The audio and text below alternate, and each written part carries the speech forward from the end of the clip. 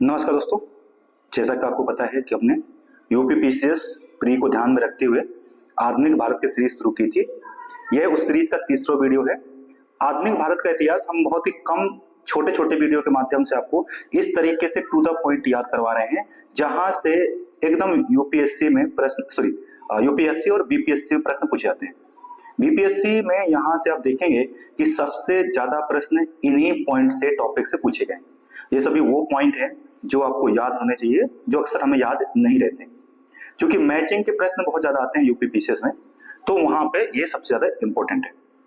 To the point बात करेंगे, जो आपको पता है उसके बारे में बात नहीं की जाएगी। इसमें सब उन्हीं फैक्ट को याद किया जाएगा जो आपको याद नहीं रहते। यह वीडियो आगामी परीक्षा बीपीएससी एडीओ तथा 72 बीपीएससी प्री तथा बिहार एसआई और यूपी एसआई में भी ये काम आएगा। तो आइए, आज का जो वीडियो है वो है 1857 का विद्रोह। ये तो पता है कि 1857 का विद्रोह जो हुआ था, इसमें जो ज्यादातर प्रश्न पूछे जाते हैं वो ये पूछा जाता है कि किस केंद्र से किसने नेतृत्व किया था और कौन सा अंग्रेज था जिसने इसको दमन किया था, और फिर 1857 के विद्रोह की शुरुआत कहां से हुई थी और इसके बारे में किस इतिहासकार ने क्या कहा है। ये इतनी बातें हमें याद रखनी चाहिए। कुछ और फैक्ट यहाँ याद कर सकते हैं। तो आप देखिए कि जो 1857 का विद्रोह हुआ था, उस समय जो ब्रिटेन के प्रधानमंत्री थे वे थे विस्कॉट, ठीक है, वहां के प्रधानमंत्री के थे, और विस्कॉन्ट पामस्टन जो थे वो उस समय ब्रिटेन के प्रधानमंत्री थे। ये भी यूपीपीसीएस में पूछा जा चुका है, तो कभी भी रिपीट हो सकता है, ठीक है।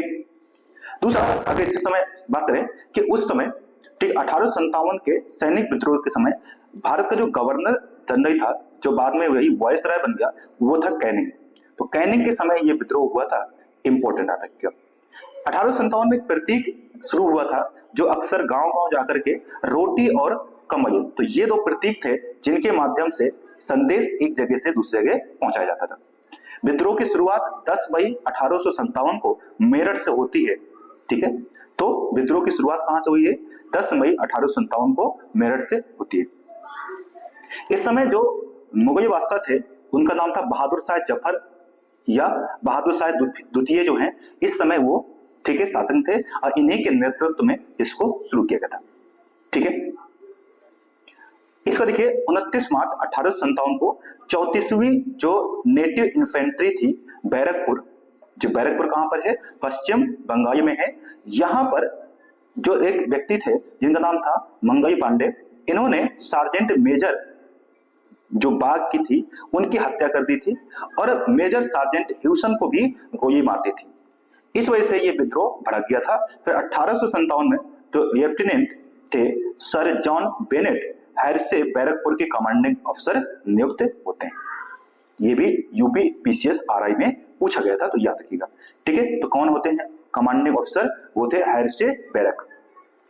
और वही जो 10 मई 1857 को मेरठ में जो कमांडिंग अफसर थे उनका नाम था हैविट, ठीक है। तो हैविट कौन थे? मेरठ के कमांडिंग अफसर थे, ठीक है।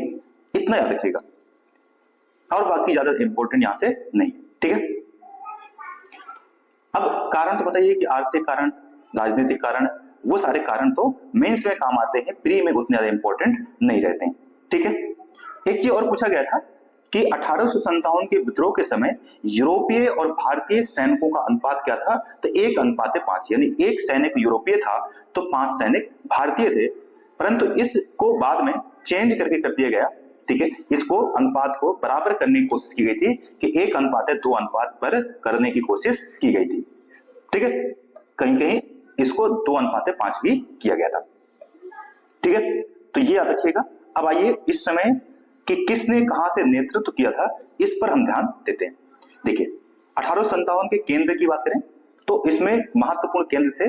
जैसे एक तो था हमारा दये, यहाँ पे जो नेतृत्व कर रहे थे बहादुर शाह जफर कर रहे थे, और इनका ही एक सेनापति था जिसका नाम था बख्त खां। तो बहादुर शाह जफर तो काफी वृद्ध थे, तो इसको बख्त खां ने नेतृत्व किया था। और यहाँ पर जो दमन करता थे, एक तो थे हटसन और दूसरे थे निकोलसन, ठीक है। तो इन दोनों ने यहाँ पर दमन किया था। दूसरे हैं लखनऊ में जो नेतृत्व कर रही थी वो बेगम हजरत महल और उनके बेटे ब्रिजेश कादिर, ये दोनों को याद रखिएगा। यहाँ पर जो कोयन और कैंपबेल जो थे, इन्होंने इसका दमन किया था। झांसी से रानी लक्ष्मीबाई, नेतृत्व कर रही थी और इसको दमन किया था किसने? हीरोज ने। कानपुर में आप जानते हैं नाना साहब ने इसको नेतृत्व किया था और यहाँ पर भी जो लखनऊ में जो थे दमनकर्ता वही कहां पर थे? कानपुर में भी थे, जिनका नाम था कॉयन कैंपबेल। जगदीशपुर में बाबू कुंवर सिंह जो थे वो नेतृत्व कर रहे थे। यहाँ पर कई सारे थे, जैसे कि एक तो थे टेयर और विंसेंट आयर, इन दोनों ने नेतृत्व किया था। फैजाबाद में कौन थे? मौलवी अहमद गैयार थे, ठीक है, यहाँ पर भी कैंपबेल थे। बरैया में खान बहादुर खान, यहाँ पे भी वही कैंपबेल। और प्रयागराज जो यहाँ पर कौन कर रहे थे नेतृत्व? तो यहाँ कर रहे थे लियाकत अली, ठीक है, ठीक है। और फतेहपुर में कौन थे? तो ये थे अजीत मोया जो थे वो यहाँ पे नेतृत्व कर रहे थे, ठीक है। 1857 के विद्रोह के स्थानीय नेताओं कुछ याद रखिए, जैसे मेरठ से एक कदम सिंह थे, पूछा गया यूपी विशेष में। बागपत या बड़ौत जो थे यहाँ से शाह मई नेतृत्व कर रहे थे। हरियाणा से राव तोयाराम जो थे वो नेतृत्व कर रहे थे और वहीं तंभईपुर से सुरेंद्र शाही ये नेतृत्व कर रहे थे, ठीक है।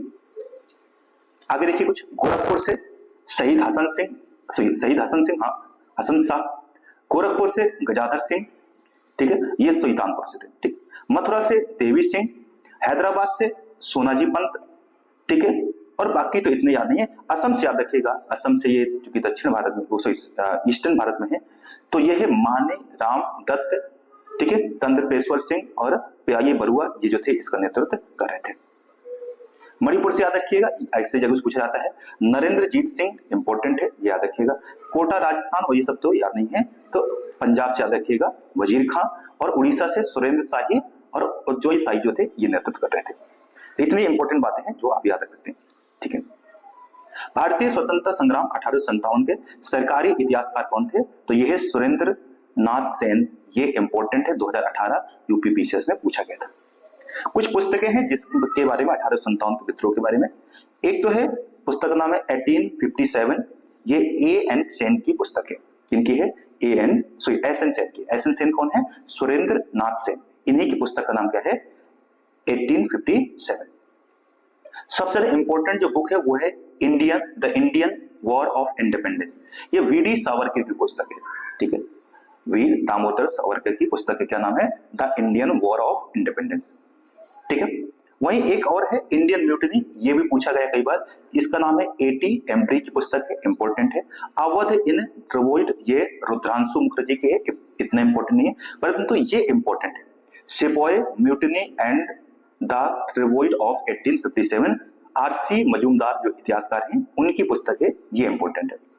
वहीं history of Indian mutiny, T R. Holmes, ये भी पूछा गया है, इंपॉर्टेंट है, याद रखिएगा, ठीक है। बाकी तो इतना ज्यादा इंपॉर्टेंट नहीं, ठीक है। तो कुछ कुछ आप देख सकते हैं, बट ये आपको याद रख सकते हैं। 1857 एन सेन की है, जो इतिहासकार भी थे, सरकारी इतिहासकार। The Indian war of independence important है, वी डी सावरकर की है। इंडियन म्यूटिनी एटी एम्ब्री की है। Sepoy mutiny and the revolt of 1857 R C Majumdar की है। History of Indian mutiny T R. Holmes की। और बाकी तो आप देख सकते हैं, बाकी पुस्तकें, ठीक है। आइए, तो यहां से हो गया। कुछ और कथन है जिन्होंने किसी ने क्या कहा है, जैसे प्रोफेसर जो बिपिन चंद्र है, बिपिन चंद्र ने कहा था कि 1857 का विद्रोह विदेशी शासन से राष्ट्र को मुक्त करवाने का प्रयास था। इंपॉर्टेंट है, किसने कहा है? ये विपिन चंद्र ने कहा है। इतिहासकार विपिन चंद्र कहते हैं कि जो 1857 का विद्रोह था वह राष्ट्र को विदेशी शासन से मुक्त कराने का प्रयास था। वहीं जो एस एन सेन है सरकारी इतिहासकार, वो कहते हैं राष्ट्रीयता के अभाव में स्वतंत्रता संग्राम था। क्या था? स्वतंत्रता संग्राम था राष्ट्रीयता के अभाव में। डॉक्टर ईश्वरी प्रसाद कहते हैं 1857 का विद्रोह स्वतंत्रता संग्राम था, ये सबका सेम है। टी.आर. होम्स का याद रखिएगा, ये कहते हैं यह सभ्यता एवं बर्बरता के मध्य संघर्ष था। मोस्ट इंपोर्टेंट कथन है ये, क्या? सभ्यता एवं बर्बरता के मध्य कथन। इन कहते हैं, ठीक है, कि जो ब्रिटिश थे वो सभ्य थे और भारतीय बर्बर थे, इन दोनों के बीच में। तो ये इंपॉर्टेंट है, ये कथन किसने कहा है? टी.आर. होम्स ने कहा है, ठीक है।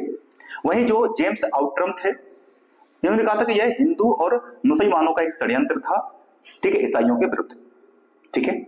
यह रीजन ने भी यही कहा है कि धर्मांध का ईसाइयों के विरुद्ध युद्ध था, ठीक है। तो ये याद रखिएगा। वहीं जो नेहरू है, ठीक है, ये कहते हैं कि पंडित नेहरू कहते हैं कि 1857 का विद्रोह सामंती विद्रोह था। क्या था? सामंतवादियों का विद्रोह था। सिया जो आरसी मजूमदार है ये कहते हैं यह तथाकथित प्रथम राष्ट्रीय स्वतंत्रता संग्राम ना तो प्रथम था, ना ही राष्ट्रीय और ना ही स्वतंत्रता संग्राम था। ये कौन कहते हैं? आरसी मजूमदार कहते हैं। वीडी सावरकर क्या कहते हैं? भारत का प्रथम स्वतंत्रता संग्राम था। इनकी पुस्तक का नाम भी यही है। ठीक है, बाकी तो आप देख सकते हैं, इतना इंपॉर्टेंट नहीं। तो ये 3-4 कथन है। आरसी मजूमदार का याद रखिएगा, वीडी सावरकर का याद रखिएगा, वहीं टीआर होम्स का याद रखिएगा, और जेम्स आउटरम का याद रखिएगा, और विपिन चंद्र का याद रखिएगा, और एसएन सेन का याद रखिएगा। इतना इंपॉर्टेंट है।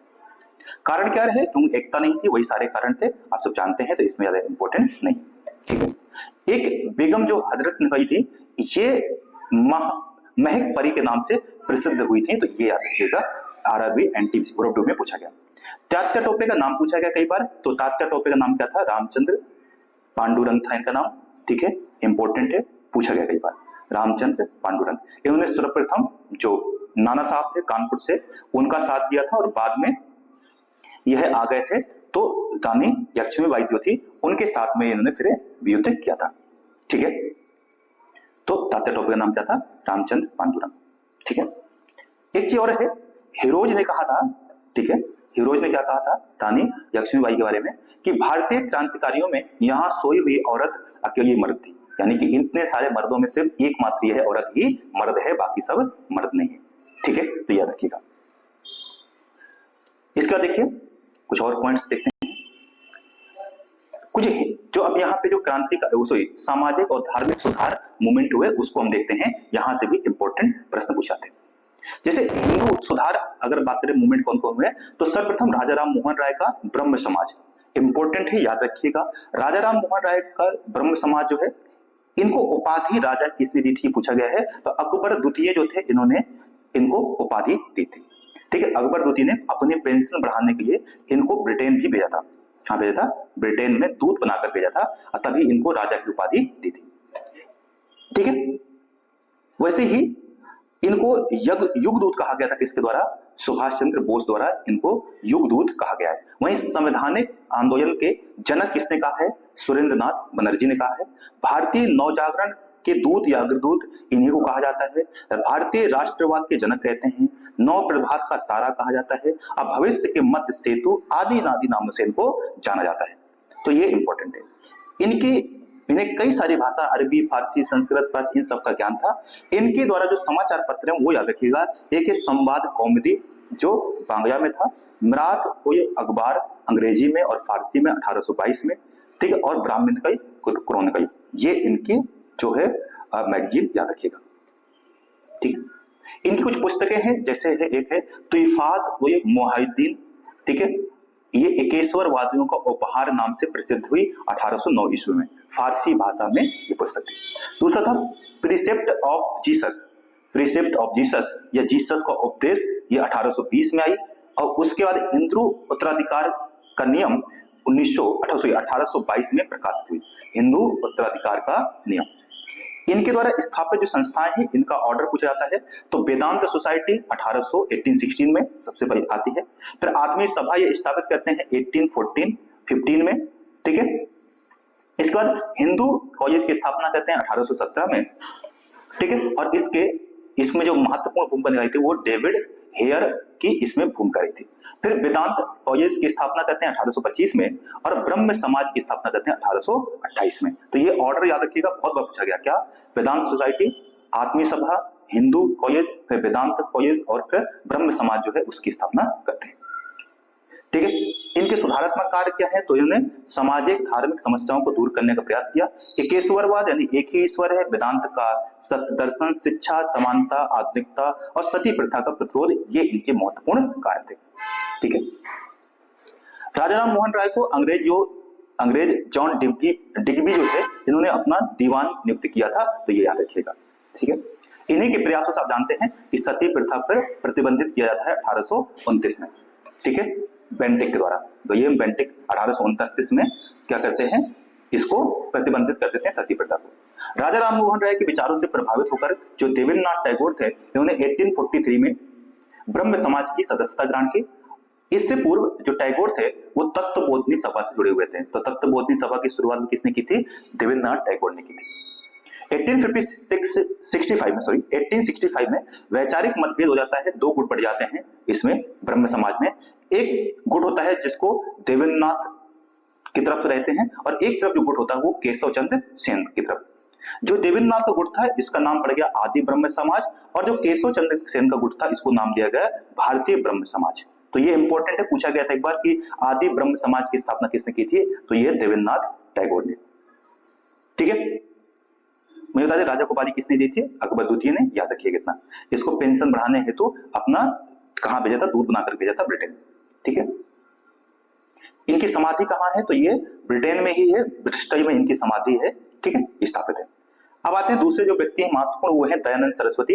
दयानंद सरस्वती जो है इन्होंने आर्य समाज की स्थापना की थी। ठीक है, इनका वास्तविक नाम क्या था? मूलचंद था और इनके गुरु का नाम था विरजानंद। आर्य समाज की स्थापना इन्होंने 1875 में मुंबई में की थी। इंपॉर्टेंट याद रखिएगा, कहां पर की थी? मुंबई में। और इन्होंने अपना हेडक्वार्टर स्थापित किया था कहां पर? लाहौर में। ठीक है, इन्होंने नारा दिया था वेदों की ओर लौटो, भारत भारतीयों के लिए है, और स्वराज्य सर्वप्रथम स्वराज्य शब्द का उपयोग भी दयानंद सरस्वती ने ही किया था। ठीक है, इन्होंने वही वेदों को पुनरुत्थान किया, वैदिक धर्म की पुनः स्थापना की, शुद्धि आंदोलन था। जो भी व्यक्ति शुद्धि मूवमेंट शुरू किया कि वो व्यक्ति जिन्होंने हिंदू धर्म छोड़ करके कोई दूसरा धर्म अपनाया था वो पुनः हिंदू धर्म में प्रवेश करे। उन्होंने गौरक्षा मूवमेंट भी शुरू किया था। दंडी स्वामी जो पूर्णानंद ने मुझे शंकर का नाम स्वामी दयानंद रखा था। तो ये इतना इंपॉर्टेंट नहीं है, याद रखिएगा। इनकी पुस्तकों का नाम याद रखिएगा। इनकी पुस्तक का नाम है सत्यार्थ प्रकाश, जो संस्कृत में 1874 में प्रकाशित हुई। फिर पाखंड खंडन इनकी दूसरी पुस्तक है। अद्वैत मत का खंडन तीसरी पुस्तक है। पंच महायज्ञ विधि ये भी इनकी पुस्तक है। वेद भाष्य की भूमिका और ऋग्वेद भाष्य ये सभी किसकी पुस्तकें हैं? दयानंद सरस्वती की। इसमें से जो सत्यार्थ प्रकाश है सबसे ज्यादा बार पूछा गया। और शुद्धि मूवमेंट किसने शुरू किया था? ये भी पूछा गया। ठीक है, इसके बाद देखिए नेक्स्ट जो आते हैं। ठीक है, अच्छा एक चीज और याद रखिए, दयानंद सरस्वती ने ही हिंदी को राष्ट्रभाषा घोषित करने का सर्वप्रथम और स्वराज शब्द का उपयोग भी सर्वप्रथम किया था। तीसरे व्यक्ति है, महत्वपूर्ण व्यक्ति है, स्वामी विवेकानंद। ये रामकृष्ण मिशन की शुरुआत करते हैं। ठीक है, इनका नरेंद्र दत्त नाम था बचपन में। ठीक है, और रामकृष्ण जो परमहंस इनके गुरु थे, इन्हीं के उसमें याद में उन्होंने रामकृष्ण मिशन की शुरुआत की। कब की थी? 1897 में। और कहां पर की थी? वेयूर में।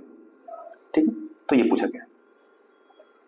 खेतरी के जो राजा के सुझाव पर नरेंद्र दत्त का नाम जो था वो स्वामी विवेकानंद रखा गया था। ठीक है, 1893 में जो शिकागो में धर्म सभा होती है, इस धर्म सभा का नेतृत्व भी कौन करते हैं? 11 सितंबर 1893 को स्वामी विवेकानंद ही इसको करते हैं। ठीक है, प्रसिद्ध विद्वान जो रोमिया ने विवेकानंद के शिकागो धर्म संबोधन को, ठीक है, क्या कहा था? जोया की दह कहा था। ठीक है, और स्वामी जी को हिंदू नेपोलियन की संज्ञा दी थी। ठीक है, उन्होंने पश्चिम के व्यक्तियों ने स्वामी जी से प्रभावित होकर उन्हें तूफानी भ्रमण करने वाला साधु कहा था। ठीक है, तो ये देखिए फरवरी 1896 में स्वामी विवेकानंद ने भारतीय धर्म एवं दर्शन के प्रचार के लिए न्यूयॉर्क में वेदांत सोसाइटी की स्थापना की। तो किसकी स्थापना की? वेदांत सोसाइटी की स्थापना कहां पे की थी? न्यूयॉर्क में। इतना देखिएगा। ठीक है, इनका प्रमुख वाक्य जो है वो कहते हैं उठो जागो और तब तक मत रोको जब तक आपका टारगेट प्राप्त ना हो जाए। तो ये आपको भी अभी याद रखना है। ठीक है, सुभाष चंद्र बोस ने विवेकानंद को आधुनिक राष्ट्रीय आंदोलन का आध्यात्मिक पिता कहा है। स्वामी को विवेकानंद को आधुनिक नव हिंदू जागरण का संस्थापक भी कहा जाता है। ठीक है, एक आयरिश विमेन थी जिनका नाम था मार्गरेट नोबल। इसको सिस्टर निवेदिता भी कहते हैं, आप जानते हैं। सिस्टर निवेदिता इतनी ज्यादा प्रभावित हुई थी वो उन्होंने भारत ही आ गई थी और यहीं पर पूरा अपना जीवन शुरू कर दिया था। ठीक है, इनकी पुस्तक का नाम है the way of India life. ठीक है, सिस्टर निवेदिता जी ने स्वामी जी को योद्धा सन्यासी कहा था। ठीक है, स्वामी विवेकानंद ने कर्म योग, ज्ञान योग, राजयोग नामक पुस्तकें इनकी प्रमुख पुस्तकें। ठीक है, आगे देखिए एनी बेसेंट के बारे में बात करते हैं। एनी बेसेंट और थियोसॉफिकल सोसाइटी। कुछ व्यक्ति मानते हैं कि थियोसॉफिकल सोसाइटी की स्थापना एनी बेसेंट ने की थी। याद रखिएगा, मोस्ट इंपोर्टेंट है कि इसकी स्थापना एनी बेसेंट ने की थी, इसकी स्थापना 1875 में मैडम एचपी ब्लैकवेस्की और एस आइकार्ट जो थे उन्होंने इसकी स्थापना कहाँ की थी? न्यूयॉर्क में की थी। परंतु इसका जो हेडक्वार्टर था उसको स्थापित किया गया था कहाँ पे? अड्यार में। अड्यार में इसको स्थापित किया गया था 1882 में। आयरिश जो वीमेन थी एनी बेसेंट, इसके प्रचार के साथ भारत आती हैं 1893 में और फिर यहीं की बनकर वो रह जाते हैं। 1907 में आइकार्ट की मृत्यु के बाद एनी बेसेंट ही इसकी अध्यक्ष बन जाती हैं थियोसॉफिकल सोसाइटी के।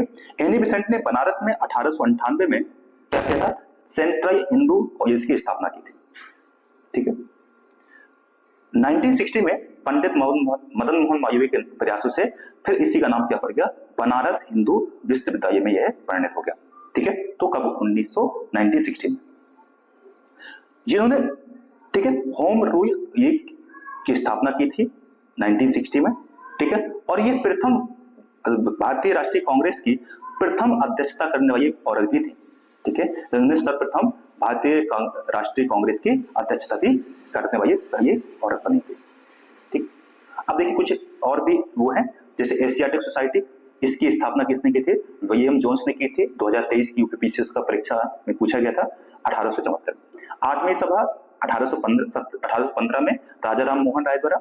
युवा बंगाल आंदोलन जो है हेनरी ड्रेजियो जो है इन्होंने 1826 में शुरू की। ब्रह्म समाज 1828 में राजा राम मोहन राय के द्वारा शुरू होता है। फिर धर्म सभा राधाकांत देव जो है 1830 में। तत्वबोधनी सभा 1839 में देवेंद्र टैगोर। परमहंस मंडली जो है गोपाल हरि देशमुख ये करते हैं। रहनुमाई मजदाई सभा ये 1851 में दादा भाई नौरोजी मुंबई में शुरू करते हैं। राधा स्वामी सत्संग जो है वो शिव दयाल साहब जो है वो आगरा में शुरू करते हैं। प्रार्थना समाज 1867 में आत्माराम पांडुरंग और एमजी रानाडे द्वारा शुरू किया जाता है। आर्य समाज की स्थापना 1875 में होती है स्वामी दयानंद सरस्वती द्वारा बंबई में। और थियोसॉफिकल सोसाइटी जो है ये भी 1875 में मैडम ब्लैकवेस्की और एम.एस. आइकार्ट द्वारा न्यूयॉर्क में। ठीक है। इसका देखिए साधारण ब्रह्म समाज जो है इसको आनंद मोहन बोस जो है वो स्थापित करते हैं 1878 में साधारण ब्रह्म समाज। दक्कन एजुकेशन सोसाइटी 1884 में जी आगरकर।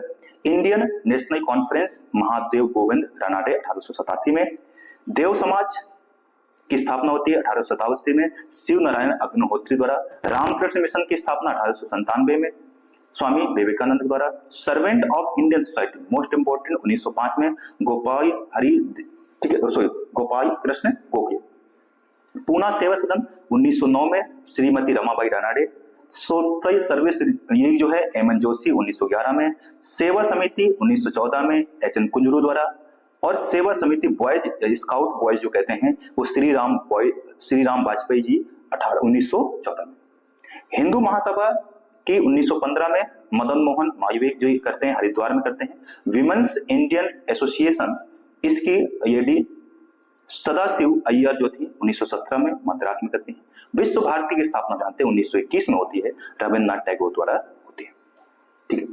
कुछ जातीय मूवमेंट स्टार्ट हुए तो उसको सर्वप्रथम सत्यशोधक समाज 1873 में ज्योतिबा राव फुले महाराष्ट्र में शुरू करते हैं। दूसरा है जिसका नाम है अरब्बीपुरम मूवमेंट 1888 में श्री नारायण गुरु द्वारा अरब्बीपुरम में शुरू होता है। श्री नारायण धर्म परिपायन योगम जो है ये भी श्री नारायण पद्म नाभम ये और कुमार आसन इनके द्वारा शुरू किया था 1903। Depressed class mission society V R. Shinde द्वारा 1906 में मुंबई में स्थापित होती है। बहुजन समाज जो है वो मुकुंद राव पाटिल जो है सतारा महाराष्ट्र में शुरू करते हैं 1910 में। जस्टिस पार्टी 1915 से स्वयं सी.एन. मुदलियार, टी.एन. नायर एवं पी. त्यागराज चेट्टी ये इसके इंपॉर्टेंट है। बहिष्कृत हितकारिणी सभा 1924 में डॉक्टर भीमराव द्वारा स्थापित होती है मुंबई में, इंपॉर्टेंट याद रखिएगा। ठीक है दोस्तों, अगर दोस्तों मजा आ रहा है तो सब्सक्राइब भी कर दीजिएगा। आत्मसम्मान मूवमेंट जो है 1920 में आप जानते हैं ई.वी. रामास्वामी नायकर और वयेजा नायडू जो है वो मद्रास में शुरू करते हैं।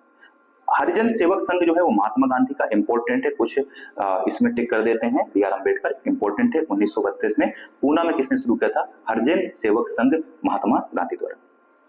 कुछ और मूवमेंट है देखिए, जैसे एजवा मूवमेंट जो है वो कहाँ पे हुआ था? केरल में हुआ था, ठीक है। और इसमें आत्मसम्मान मूवमेंट तमिलनाडु में, कुछ कुछ नाम सूत्र याद रखिएगा, बंगाई में होता है। महार जो होता है महाराष्ट्र में, किसके द्वारा शुरू किया था? बी आर अम्बेडकर जी के द्वारा। सत्यशोधक समाज जो है महाराष्ट्र में, और नायर जो है तमिलनाडु में, नडार भी। तो ये कुछ इंपॉर्टेंट है। इसका देखिए कुछ ठीक है, दूसरे मूवमेंट है, दूसरे वो है जैसे दारुल इस्लाम या देवबंद मूवमेंट याद रखिएगा। देवबंद मूवमेंट जो है 1866 में कासिम ननौतवी और राशिद अहमद गंगोही के द्वारा देवबंद उत्तर प्रदेश में शुरू किया था।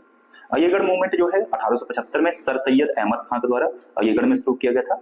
अहमदिया मूवमेंट है 1889-90 में मियां मिर्जा गुलाम अहमद, ये फरीदकोट में शुरू किया था। ये अपने आप को कृष्ण से संबंधित जोड़ते थे, हिंदुओं से, ठीक है। दूसरा है नवदाह उलेमा मूवमेंट, ये 1894-95 में, ठीक है। और इतना इंपॉर्टेंट है। इसका देखिए महत्वपूर्ण सामाजिक सुधार, जैसे 1795 से 1804 तक शिशु वध पर प्रतिबंध किया गया था 2 बार। 1795 में एक अधिनियम पारित करके, फिर 1804 में। इस समय जो गवर्नर थे वो कौन थे? Lord Wellesley. शिशुओं को मारने पर प्रतिबंध कर दिया गया था। 1829 में सती प्रथा पर प्रतिबंध, ठीक है, विलियम बेंटिक के द्वारा राजा राममोहन राय के प्रयासों से। 1829 में बाल विवाह निषेध अधिनियम पारित किया गया था, इन्हीं बेंटिक के द्वारा। 18 वर्ष से कम आयु के बॉयज और 14 वर्ष से कम आयु के लड़कियों पर विवाह पर प्रतिरोध। 1837 में हिंदू महिला संपत्ति अधिनियम पारित होते हैं ऑकलैंड के समय, ठीक है। इसमें जो हिंदू औरतें थी उनको संपत्ति पर अधिकार दिया गया था, ठीक है। 1843 दास प्रथा पर प्रतिबंध कर दिया गया था। किसके समय में?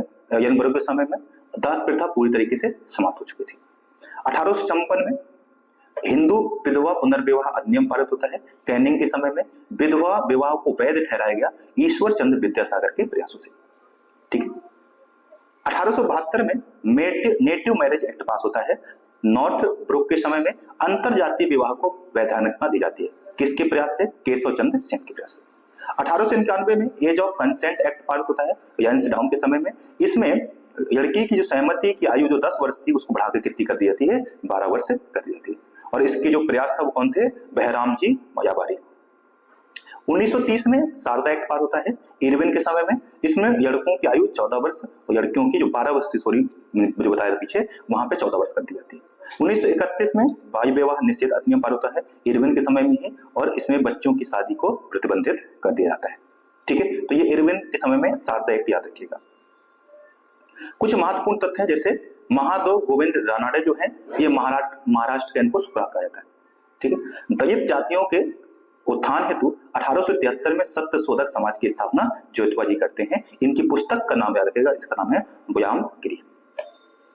1851 में जो नौरोजी फरदोनजी और दादा भाई नौरोजी और एमएस बंगाई आर के कामा के सहयोग से रहनुमाई मजदायन सभा का गठन किया जाता है, और इसका राष्ट्र गुप्तार नामक एक समाचार पत्र की शुरुआत भी की जाती है, ठीक है। ब्राह्मणों की सर्वोच्चता को चुनौती देने के लिए रामास्वामी नायकर, जिसको पेरियार भी नाम से कहा जाता है, उन्होंने आत्मसम्मान आंदोलन की शुरुआत की थी। अभी जो पेपर हुआ था ROA का, उसमें पूछा गया था। सिख धर्म में सुधार हेतु गुरु राम सिंह जो थे, इन्होंने नामधारी मूवमेंट शुरू किया था पंजाब में। महाराष्ट्र के समाज सुधारक भाई हरि देशमुख जो थे, इनको योगवादी के नाम से जाना जाता था, ठीक है। अब देखिए कुछ महत्वपूर्ण कृषक मूवमेंट देखिए। एक मूवमेंट होता है मुंबई विद्रोह, ये 2 बार होता है, एक 1836 से 54 तक, और दूसरा होता है 1921 से 22 तक, जब भारत में मूवमेंट शुरू हुआ था, ठीक है। असहयोग, ये कहाँ हुआ था? केरल का जो मायाबट्टा है वहां पर। इसके जो नेतृत्व करते थे वो KN हाजी सैयद काजी मुसियार, ठीक। जो जमींदार थे उनके विरुद्ध था ये, ठीक है। और यहाँ पर जमींदार कौन थे? हिंदू थे, और ज्यादातर किसान कौन थे? मुसलमान थे, ठीक है। ये याद रखिए। एक पागलपंथी मूवमेंट शुरू होता है उत्तरी बंगाल में। इसका नेतृत्व करते हैं करम शाह एवं टीपू शाह, जमींदारों के अत्याचार के विरुद्ध। फैराजी मूवमेंट जो था फरीदपुर में, हाजी सरिया और दादू मियां जो है इसका नेतृत्व करते हैं। ये याद रखिएगा। नील विद्रोह ये कहाँ होता है? बंगाई में। विष्णु विश्वास, दिगंबर विश्वास ये नेतृत्व करते हैं। और इसी में ठीक है एक नील दर्पण जो है इसको लिखा गया था। ठीक है, ठीक है, नाटक है। पावना विद्रोह बंगाई में। ईशान चंद्र राय, केशव चंद्र राय और शंभुनाथ काश्तकारी के विरुद्ध था षड्यंत्र और युद्धम। दक्कन विद्रोह पूना में बाबा साहब कपास कृषकों के द्वारा किया गया था ये। ठीक है, उसके बाद आता है हमारा अहमदाबाद सोयापुर में। ठीक है, ये नेतृत्व होता है वही कपास के उसमें। फिर आता है बिजौया अंतर्य, ये राजस्थान में होता है। सीताराम दास मणिक वर्मा इसका नेतृत्व करते हैं। चंपारण इंपॉर्टेंट है 1917 में। ठीक है, चंपारण बिहार जो है, पश्चिमी चंपारण में जो तिनकठिया प्रथा थी इसके विरोध में गांधी जी द्वारा राजेंद्र प्रसाद और ब्रजभूषण प्रसाद राजकुमार तुगलिया के आमंत्रण पर गांधी जी यहाँ पर आए थे। गांधी जी दूसरा मूवमेंट इनका कृषि मूवमेंट है वो है खेड़ा। खेड़ा कहाँ है? गुजरात में। और यहाँ पर इसका नेतृत्व किया था महात्मा गांधी ने। ठीक है, जो खेती बर्बाद होने के बाद भी वहां पर राजस्व की वसूली की जा रही थी। अवध किसान सभा प्रतापगढ़, ये जो बाबा रामचंद्र जो थे गिरमिटिया मजदूर थे, उन्होंने नेतृत्व किया था अवैध यगान वसूली के। ठीक है, एकम मूवमेंट बाराबंकी, सीतापुर, हरदोई, मदारी पासी ने इसको नेतृत्व किया था। ठीक है, सभी का वजह एक ही है। ठीक, तीसरे है बारदोई सत्याग्रह है, सूरत में हुआ था। इसको सरदार वल्लभ पटेल ने नेतृत्व किया था। यहीं से इनको सरदार की उपाधि दी गई थी। पंजाब में ठीक है होता है मूवमेंट, तो ये सोहन सिंह भाकना ये इंपॉर्टेंट है। बाबा रूर सिंह, तेज सिंह ये इंपॉर्टेंट है। तेभागा जो आंदोलन है वो बंगाई में। कंपाराम अभुवन सिंह, बटाईदारों ने कहा था कि हमें 1/3 की मांग कर रहे थे। ठीक, यानी कि किसान जो थे वो कह रहे थे हम जो जमींदार है उनको 1/3 देंगे, अब बाकी अपने पास रखेंगे। सबसे अंतिम होता है तेलंगाना आंदोलन। तो तेलंगाना में संद्रैया में इसका नेतृत्व करते हैं और इसको कुछ वही। एक भूदान मूवमेंट भी है जो विनोबा भावे स्वतंत्रता के बाद शुरू करते हैं। इसका उद्देश्य होता है कि जो जमींदार है वो अपनी भूमि को दान करें जिनके पास जमीन नहीं है, भूमि नहीं है, ऐसे ठीक है किसानों को। ये एक इंपॉर्टेंट पॉइंट है, आप याद रखिए। ठीक है दोस्तों, तो यहाँ तक कवर किया है। अब नेक्स्ट वीडियो में हम जनजातीय विद्रोह के बारे में और कुछ और जो विद्रोह है उनके बारे में कवर करेंगे छोटे से वीडियो में। तो अगर आप बने रहिए साथ में और इसको ऐसे ही पढ़ते रहिए, आगे बढ़ते रहिए। जय हिंद, धन्यवाद।